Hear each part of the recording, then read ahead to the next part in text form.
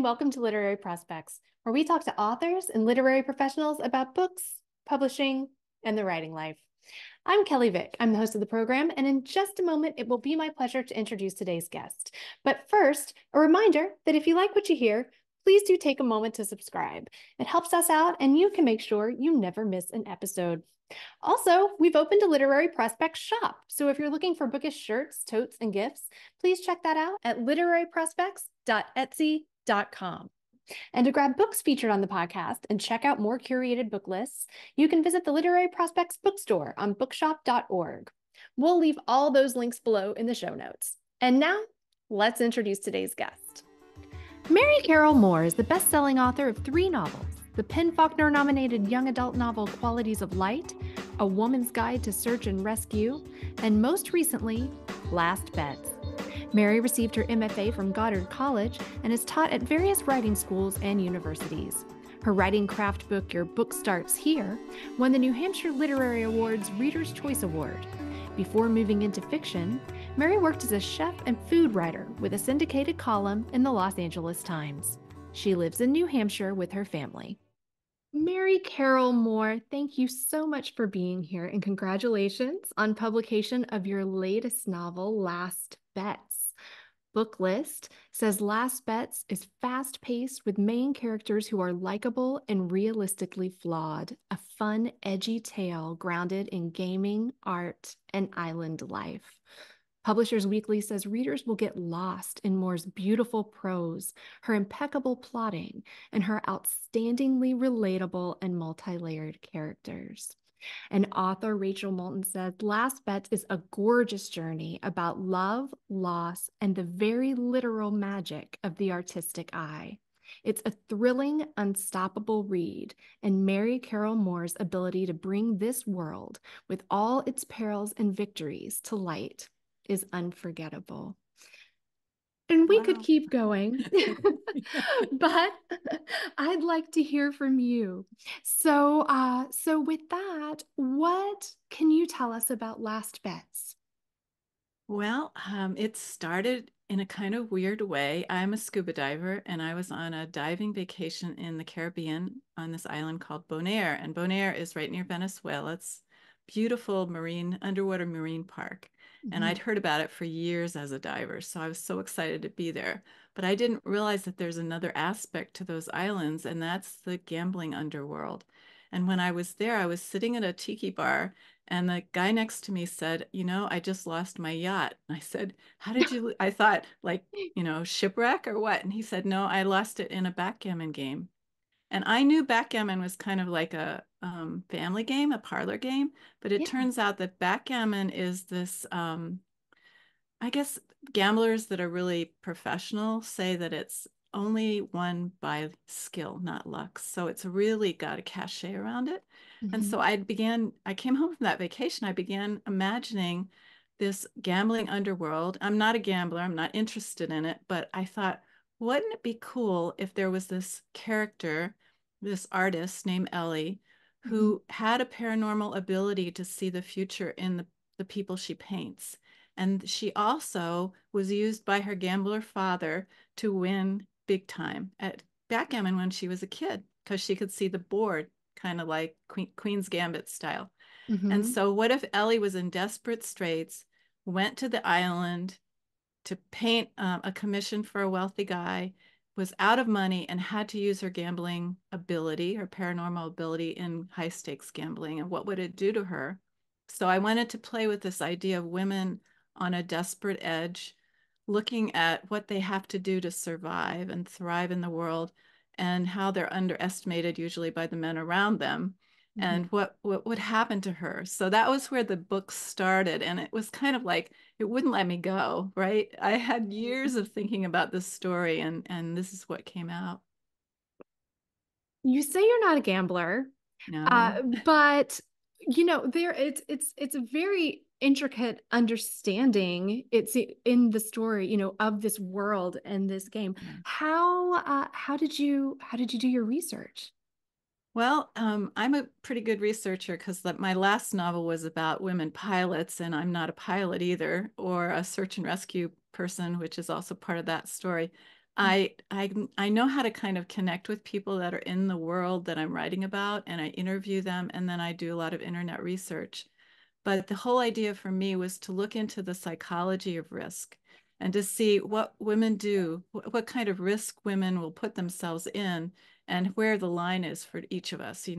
Like I'm a person that will risk in I guess emotional ways and relationship, or I'll risk in creative ways, but I wouldn't risk bungee jumping. And then there's other people that do kind of like storm sailing and things like that. So I wanted to play with the psychology of what happens inside a person, especially a female who has this propensity to risk, and what she will risk and where's the line, and then what happens if she gets pushed over that line. So that was the fun of it for me.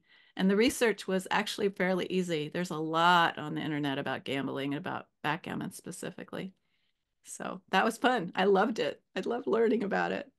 I assume you also got to spend a fair amount of time in the Caribbean. Yes. So as a diver, I bareboated with some friends. I think I was in my 30s, and we rented a boat. Bareboating just means you rent a boat that you can sleep on, and you have a captain that's hired, and then you're the crew. So we spent 2 or 3 weeks, I think, sailing through the Caribbean and pausing to dive at these little, you know, coral reefs and atolls. And that was so cool. So the whole idea of being in the Caribbean and getting the flavor of the culture, and Bonaire, for instance, is those islands, the ABC Islands, Aruba, Curacao, and Bonaire, are such a melange of cultures. There's just like every possible culture living together there. And I spent some time there, and I just loved it. I loved the whole flavor of it, the music, the food, everything. So it was so much fun to bring it back into a story. You mentioned that one of your main characters, Ellie, has this ability to be able to see the game. Yeah. Um, how did you make the decision? How did you work with bringing this sort of speculative element in to what otherwise feels like a very realistic Yeah. setting, realistic as the world as we know it? It was a risk for me. That was another risk. I once read a book called The Adept, and it's probably a sci-fi fantasy book. It was published in the 80s or 90s, I think. And it was about this painter who could see the death of his subjects when he was painting them. And that also fascinated me. So that stayed with me a long time. And when I started thinking about Ellie's character, I imagined, what if she had this ability to see the future of the people that she paints, and then she gets into trouble for it. Not everybody wants to have someone see things they hide. We all kind of put on our masks. So right before the story opens, she is painting a famous senator in Washington, D.C., where she lives. And he's furious. He's like so enraged that she sees this part of him that he hides from the world. And so one of the reasons she has to escape, she flees to this Bonaire island, is to get away from the scandal. And so, it's haunted her, this ability, this paranormal ability. It's a crutch. No, I'd say it was a handicap more than a crutch. It's something that she doesn't like, but she can't help herself. She sees things and she can't shut it off sometimes. And it causes her to be ill. So I wanted to, again, run that line between when you have a special ability, what do you use it for? Do you use it for yourself, for your own self gain, or do you use it for other people? And the trajectory of this particular character in the novel is that she learns how to use it for others, to rescue another woman on the island and who's in trouble because of the hurricane coming. So she puts aside her own needs to do that. And that was the place that I wanted her to kind of, well, explore going. I wasn't kind of gearing her there, but I wanted to see if, as I wrote, that's where she would end up. You say that you write about women heroes. What does that mean? Well, I grew up with a mom who was a pilot. And, my friends would say, what does your dad do? And I'd say, well, my mom's a pilot. So I always love this legacy, excuse me, of heroes. You have to edit out this part. Oh, no problem. I got my little tickle. Happens to me too. It's been happening to me a lot lately. I think it's the pollen spring. Allergies. I know. Try a little water. This hasn't happened on a podcast yet, so you're first. Thanks. You're welcome. Okay. Okay, so I'll start over on that one. Well, I grew up with a mom who was a pilot. And when my school friends asked me, what does my dad do? I said, well, my mom's a pilot. And this legacy that she brought into my life as a kid of somebody that would, at 20 years old, fly bombers. And she, landed her plane one time at LaGuardia when her engine caught on fire and she had to Wow. land dead stick without an engine. So I grew up with this. Mhm. And my grandmother was also kind of an amazing person. She started a summer camp for kids and ran it her whole life. So I had these legends in my family of women who did things that were heroic, meaning that they went outside themselves. They went outside their own needs and their own concerns to do something that was for other people, risky, but for a greater good. Mhm. And I don't know, I just was fascinated by this in my life. And I wanted to write about women who are like that. So that's the thing I'm fascinated with when I read literature. What heroic acts will come unexpectedly from someone.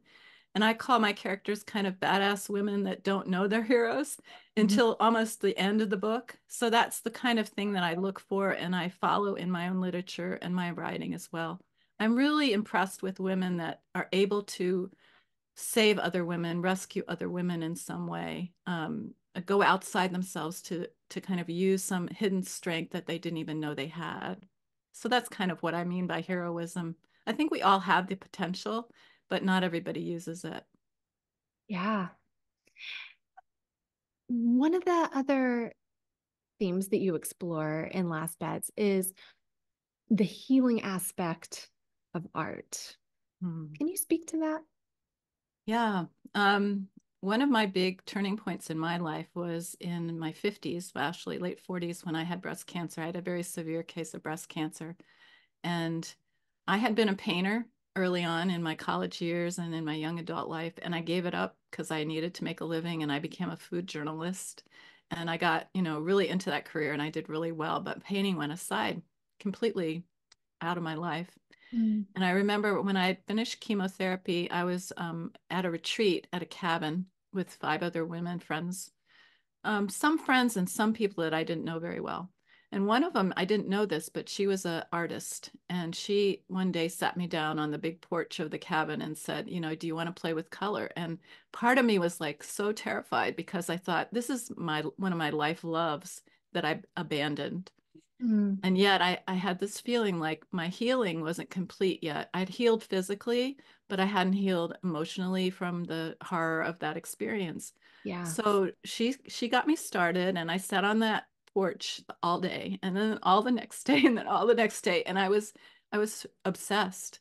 And all the love for art came back. And over the year after that, I started painting regularly again and all that love that I had for art came back. And I truly believe that it healed some part of me that, the cancer drugs and all of the other nutritional things I did to support my body couldn't touch. So Mhm. not long after that, I decided I wanted to share the idea that art and writing heal uh, serious trauma. And I know there's a lot of research been done on that. James Pennebaker from the University of Texas, for instance, is really well known for his studies on how medically they've documented changes in the chemistry of a person who works with writing, for instance, or with other kinds of artistic expression, and how it changes their blood pressure and all these things. So I taught a class as a fundraiser for a women's cancer center in Minneapolis after I recovered, and it sold out.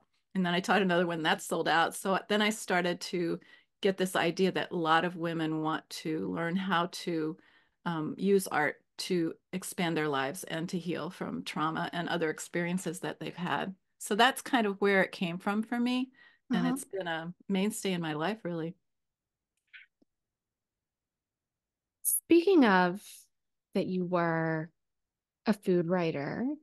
Mm. You were a chef, an award-winning food writer. How did you make the leap to novelist? I think this was all sort of happening around this same time that we're talking about, right? Mhm. Yeah. Well, I think most people, any of your listeners who have had an experience like cancer or any other kind of life-changing experience, know that you kind of get a moment usually where you look at your life, you're at the risk of death, right? And this was Mhm. very serious cancer for me. So I did have to take that moment and kind of review what I had decided with my life. And I had decided to stay really safe. My family were foodies. We ate everything, and my father loved really good restaurants. So food was like a normal, incredible, wonderful thing in my life. So going into food writing was a very safe place for me to go. I didn't ruffle any feathers. I was kind of within the accepting area of my family's kind of process of life or views about life. This was good. Yeah. But underneath was stories. I'd always written stories, and I love stories, and I knew I hated the idea that I'd have to start over again and learn how to write completely differently. But that's what happened. I tried to take a class and write a first novel with the University of Iowa's program, and it was so bad. The poor instructor, he was, it was a correspondence course, and he was so kind to me, but I knew nothing about it. Here I am, a published award-winning journalist, and I'm trying to write a novel, and I had no clue about how to do it. So I decided that if I really wanted to do this, I had to go back to school. So I decided to get my MFA, and I was age 50, so you can imagine the classroom was full of people that were in their 20s, and it was really different. It was a very humbling experience to be a beginner again, but I did it. And then my thesis novel from that MFA experience got published about 2 years later. So it was a kind of like huge turning point in my life experience. But I'm so glad I did it because that's where my heart is right now is in fiction. And I have 3 novels published now, and I'm just crazy about the whole process. Well, I have two questions that are in my head right now. I'm trying to decide which one I want to ask first. I want to know a little bit more about your exact road to publication. But I'd also like to talk a little bit more first, I think, about this experience of being an award-winning journalist, knowing how to write in this certain way, and then going to get the MFA. And I believe you said it was sort of like learning a new language, Yeah. learning to write fiction. Can you talk about that a little bit more about that experience? Sure. It was really a challenge. You don't know what you don't know, first of all. And again, this is kind of part of my legacy of heroic women is women who take risks and go beyond themselves, go beyond their comfort zone. So it wasn't really unusual for me to consider doing something this radical, but it meant like I had a really lucrative career as a food journalist. I had cookbooks that I was hired to do. I did a lot of work for hire at the end of my career as a food journalist. I was syndicated with the LA Times weekly, 86 newspapers around the country. I wrote a column for them every week. And it was just so good. Everything was good and solid, and money was coming in, and everything was great. And yet my heart was dying. I really needed to do this thing.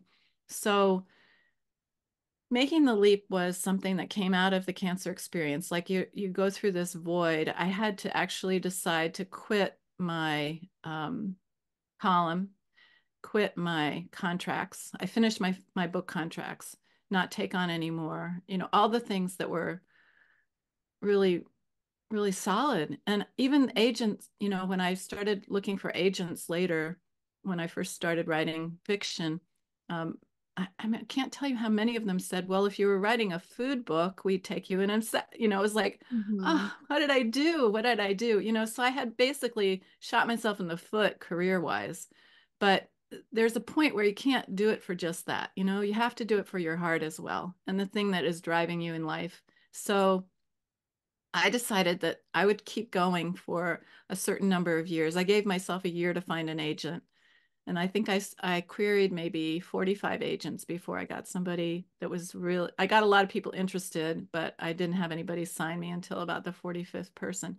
So that takes a lot of stamina, you know. Yeah. It's just so um, degrading. The constant rejection is so degrading to the spirit. But I think this is the thing I wanted to learn is I was driven so far and so hard by my inner nudge to do this fiction stuff. So it was hard. It was hard to translate into a new language and to give up the journalism. Journalism is all about getting the point across quickly. And in food journalism, especially, you use a lot of sensory language. You use like you're trying to get the reader to really want to taste the food and experience the place that you're talking about, if it's a restaurant or whatever. So I became a very, what they call, lyrical writer, a lot of sensory detail in my writing, which when I translated into fiction, I remember my MFA advisor, the first one I had was kind of like, she didn't hold back. She just X out entire pages and say, this is too much. And so my tendency as a food writer had to be trimmed. And that was just one example. I had to learn about characters and I had to learn about backstory. Where do you place backstory? I had to learn about plot. And when my agent said, you're not really good at plot, you got to go to somebody who can teach you about plot. So I went and hired actually a UCLA professor who's a thriller writer and said, could you teach me about how to write a thriller? And he did. And then I went back to my agent with the manuscript and she said, well, okay, too much thriller. Now you have to go back to your strengths, which is character, the female relationships here. So it's been a huge amount of strain, I guess, and back and forth and be humble and knowing I have a lot to learn, but I'm really, really happy with the books and the way they came out and people's experiences with them, the readers and the trade reviews have all been so positive. So I guess I'm doing something right, I hope. I think so. I think so. And speaking of those wonderful characters that you write, you're known. We heard in the trade reviews for your realistically flawed and relatable characters. Ellie and Rosie in Last Bets, no exception to that. How do your characters come to you? Do they sort of live in your head first and sort of become, you're walking around with them for a while? Hear some authors say that's how it happens, or are they more sort of coming out and coming to life on the page as you're writing and digging in? It's a really good question. So I said that I wrote stories, back in the beginning when I Mm-hmm. was a food journalist, and one of my short stories got published to my huge surprise, and it was about an island, and it was about a couple who were a woman who was going through a very difficult time, and something happened. She's betrayed by her mate, and that particular combination of people and especially the woman trusting something that wasn't trustworthy and finding out kind of too late and then having to kind of dig into her own resources to survive it. I was fascinated by that theme. And I think that's how characters start for me is that they have a message to me or a theme that they're working with in their lives. I don't especially see them physically in my mind or imagine them in a certain place or any of the things that I know a lot of writers do. But for me, it's the inner working, the psychology that they're working out, the problem the conflict that they're working out in their lives, and how they've been because I'm into heroism and in women especially, how Mm-hmm. they've been not heroic and what it's cost them to not be their true self, their best self. And so I pursue those. And that's how Ellie came to me. Um, I pursued Rosie, who's the young teenager, Australian teenager in this novel. She's a real badass.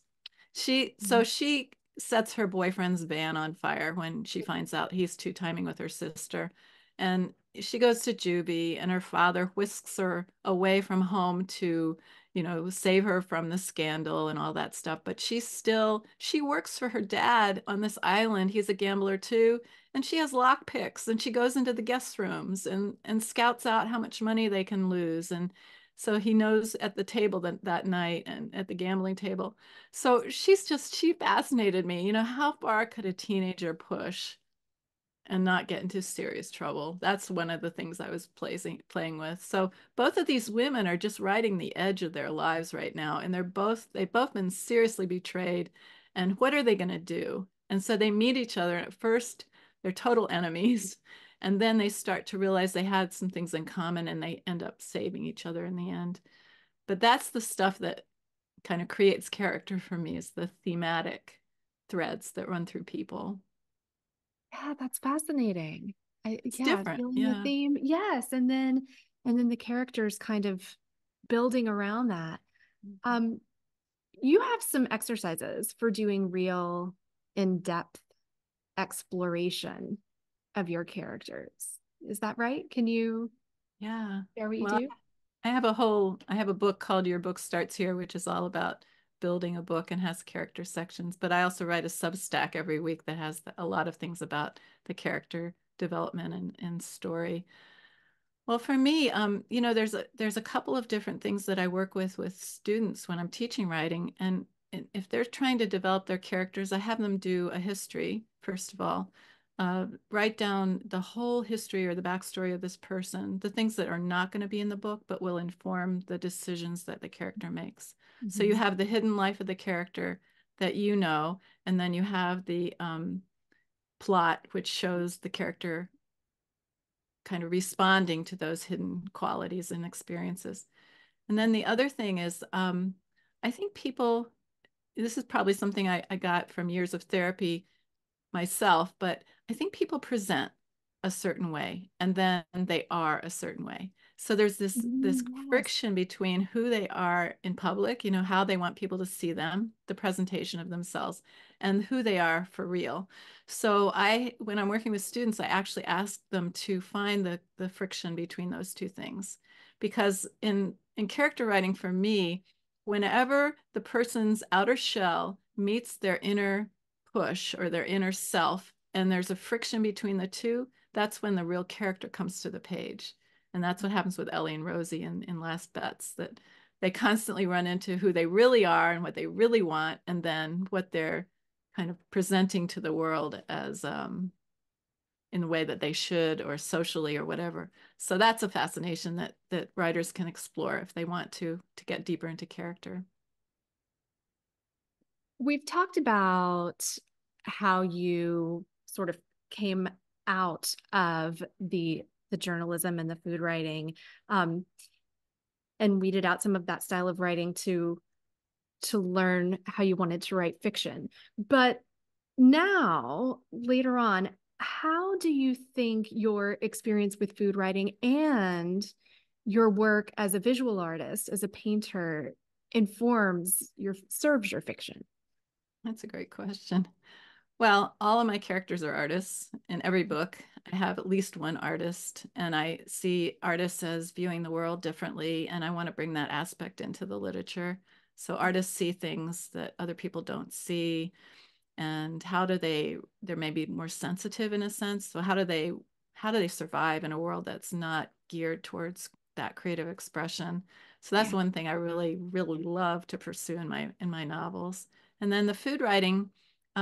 So the reviews have mostly, and readers as well, have mostly said that the setting of Bonaire is completely alive to them.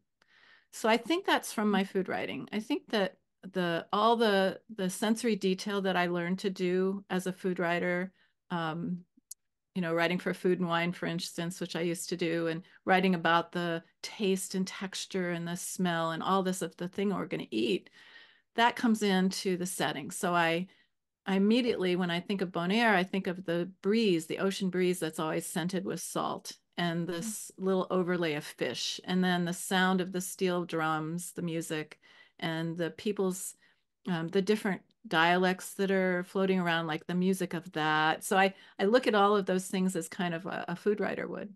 and I Yeah. bring that into the writing. So I think I'm a very strong setting writer because of Mhm. that atmosphere that I already knew with food. Yeah. You mentioned that you teach, you have a craft book, your book starts here. What's your favorite thing about teaching? Oh, it's a good question too. My writing students email me a year or two or three later after class, and we've worked together. Maybe we've worked privately together on their manuscript, and they tell me that they landed an agent or they got a contract for a book, and the amazement of their ability to see their own creative expression accepted by the world, Mhm. that's the high for me. That's the best moment for me, is that they did it, you know. And Yeah. it's not necessarily publication or well published books that are the marker for that. It's just, did they go the course? Did they finish the book to their satisfaction? Are they happy with it? They finally got what they had to say out on paper. So that's the thing that really does it for me as a teacher. How did you get started with teaching? Through this writing through healing class that I taught after cancer. Hmm. So I did that as a fundraiser for the Loft Literary Center in Minneapolis, which is the oldest writing school in the country. And I took classes there. I really loved it. So I wanted to give them a benefit and give this woman's cancer center a benefit. So after my classes sold out twice, the loft said, well, would you ever consider teaching for us? You know? So I said, sure. And so again, I'm taking this huge risk because I have a skill as a teacher. I've always taught, but it was really a leap for me. And I was so glad I did it because it ended up being like a 12-year career of teaching writing, ending up with that book that I told you, the book, your book starts here. I loved it. And you've taught a lot on structure and Yes. story maps, especially for long form fiction. Can I ask, how do you map your novels? How do you keep everything organized? Yeah, it's hard. So my theory is that there's two stages to most writing processes. There's the gathering stage, which is when we are free writing and we're making character sketches and we're scouting location and we're writing descriptive scenes, and it's not necessarily flowing in sequence.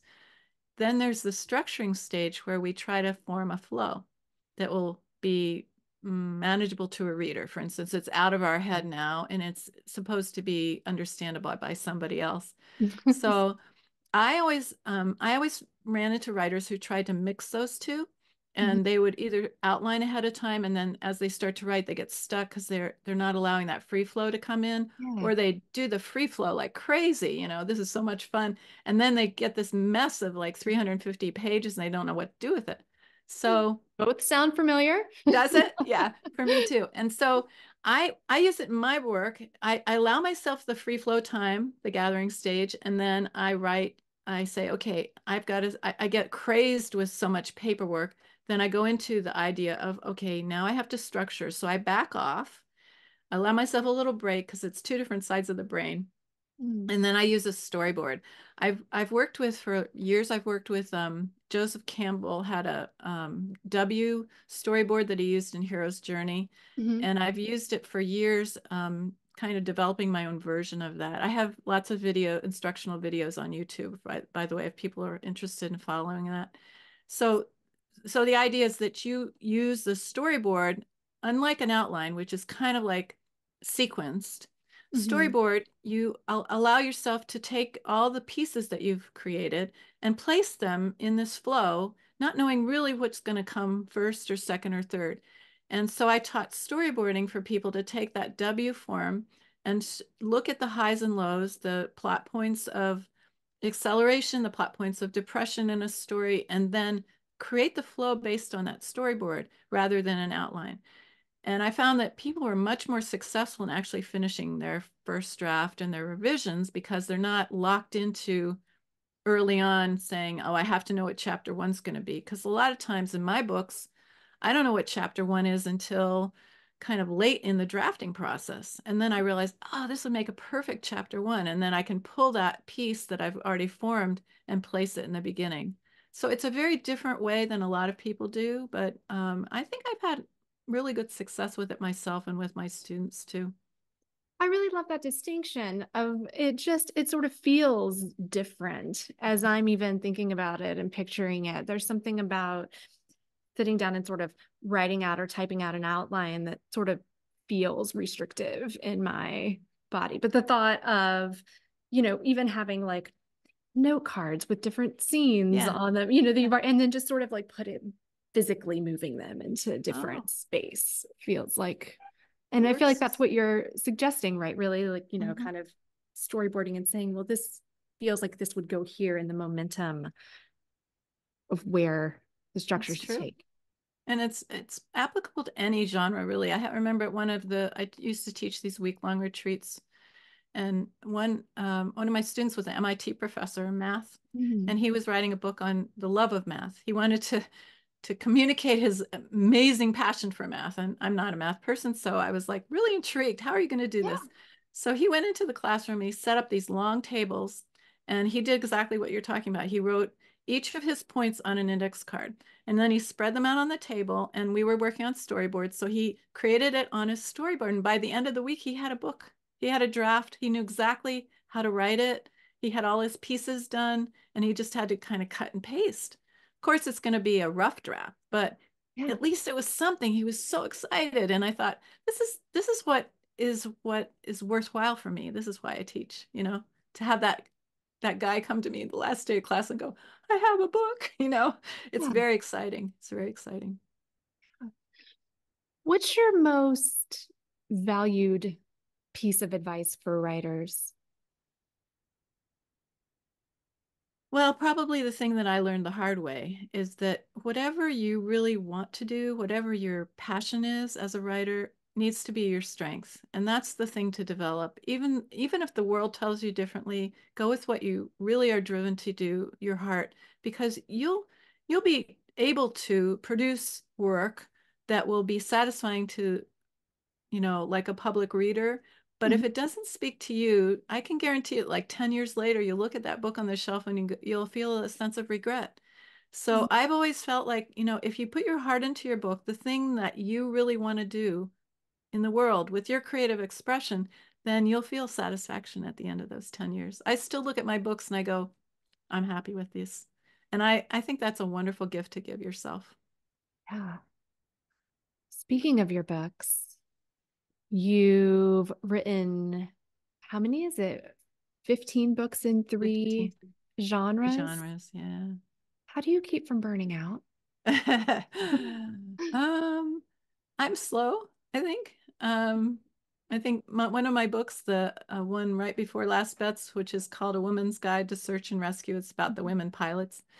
That took me 10 years, and I allowed myself those 10 years. And I think that's one of the things also I would advise people is to take the time it takes, because books take what they take. Some are really fast and some are really slow. So I avoid burnout by doing that. The thing that I burn out on is marketing.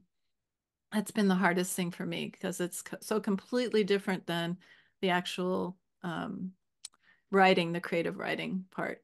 So I have worked this year very hard to find the authenticity or what is in me that comes into the marketing. What can I share about my books that means something to me? And it's not just like catchphrases that I've memorized. So the Yeah. idea that marketing has to come from the heart too, that was a big surprise to me. Yeah, that's because that's another, that was, there's the writing part of it. And then there's also, yes, when you get published, which feels like, that's the dream, the end game, that's sort of just the beginning of Right.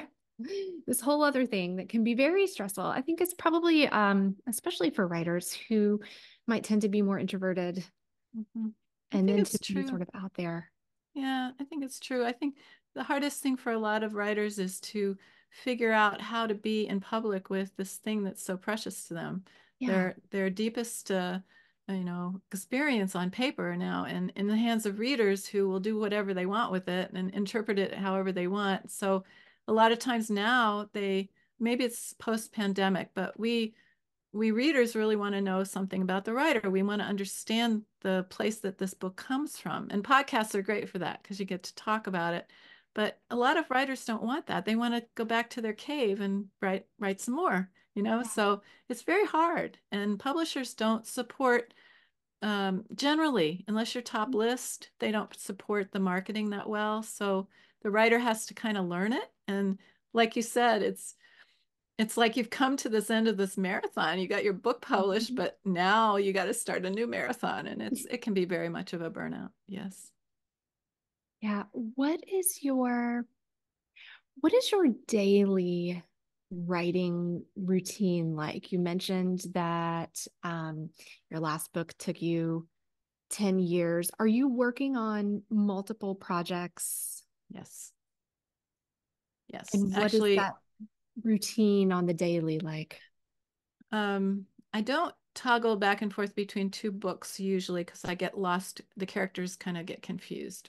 Mhm. But if one book is with my agent, like A Woman's Guide to Self Search and Rescue was with my agent, and she was pretty slow too. And then the submission process is slow. So I decided, okay, I have this other book that I wanted to work on, Last Bet. So I started working on that. But then I'd have to answer queries for A Woman's Guide to Search and Rescue, and then I'd have to toggle back to Last Bet. So that was kind of challenging. Mhm. Normally, I have a short story or two in process and a longer form fiction in process. So those are and my Substack, which I write every week, which is like the essays about writing. So I do probably put in, I'd say 2 to 4 hours a day on writing, and I try to do it in the morning because that's when I'm most coherent. Yeah. And the ideas come sometimes really slowly. So then I also go outside and I walk or I garden or something to get myself out of the house and away from the machine, away from the screen. And Mhm. then sometimes a problem will get solved, a literary problem will get solved, like a character situation that I can't figure out. And I'm walking along and I go, oh, yeah, I could do that. So then I come back and so I have kind of a practice of moving or doing something with my hands, something outside of writing to get myself back into the story. But they live in you, you know? When you're Yeah. working on a book, it's just like constantly, almost like you're not in your body a lot of the time, I think. Mhm. Mhm. What do you know now that you wish you had known before you published your first book? Oh gosh. Well, my first book was published in 1988, so that was a long time ago. And I won an award. I didn't even know what the award was. It was one of the biggest food awards that is in the country. I didn't even go to the ceremony in New York because I had no idea what was going on. I think the thing I wish I had known is I wish I had educated myself about the industry, the writing and publishing industry Mm. before, so that I could understand the opportunities and the demands that a writer would go through. I was kind of in a cocoon, you know, Yeah. and that was good for me at that age, probably. But I made a lot of mistakes that I could have avoided. Like I signed with an agent who was big name and ended up mistreating me, and I had to fire him. You know, so could I have avoided that maybe if I had understood a little bit more about what to ask about? Those are the things that maybe you only learn with experience. I don't know. Yeah. What book do you recommend the most Like to read to or read? like Well, fiction. actually, can we say a craft book and a reading book? Well, my craft bookshelves are huge and tons of books that I love. So it's really hard to pick. But right now, George Saunders, who's one of my all-time favorite short story writers, has written Swim in the Pond in the Rain. And I'd recommend that book just because of its quality of introspection, that the writer takes the writer beyond craft into really understanding what story is. Yeah. His Substack is also amazing, the Story Club. And Jamie Attenberg came out recently with the 100 words or 1,000 words book. I love her approach to writing, the idea that practice is everything. Mhm. That's kind of my belief as well, that sitting down and actually doing it, even if it comes out really bad, that's the thing that'll get you a book. So her new book is wonderful. So those are two craft. I mean, I could go on and on. Don't let me, but I have so many craft books I love. And as far as a book, um, well, recently I was on vacation and I read the Irish writer John Boyne. He Mhm, wrote The Boyne Striped Pajamas, which is made into a movie. And mhm, his newest book is called All the Broken Places. So I really was amazed by it. It's about an elderly woman who was the daughter of a concentration camp commandant. And now she's living kind of in hiding in the last years of her life. And she has this situation with an abused child in her apartment building that she has to actually come out of hiding to protect. And she's like an example of a heroine for me, a mhm. woman hero who goes beyond her safety. She knows she's going to get arrested. She knows she's going to get, you know, a scandal will definitely come from this, but she can't let the boy not get protected. So that was a fabulous book, and he's such a good writer. You know, he's like I eat the words, you know, as I'm reading somebody that good. It's like a wonderful dessert. And that is high praise from a food writer. Yeah, I guess. We have a traditional last question. And the traditional last question is, when Last Bets is made into a movie or a series, what do you think the theme song should be? Oh my gosh. Well, it would have to be a steel drum. Oh, So yeah, probably a Bob Marley, something Bob Marley did. Yeah. I love it. That's a I love great question. I love that question. You always it. get asked who would be the star, right? Not the Well, who would music. be the star? That Oh, well, I do don't you? have any I haven't anybody yet. I'm thinking about it though. Mary Carroll Moore, thank you so much for coming on. It has been a real pleasure talking with you today. Thank you, Kelley. I've loved it too. Thanks for joining us on Literary Prospects. If you liked what you heard, please subscribe and leave us a review. We'll see you next time.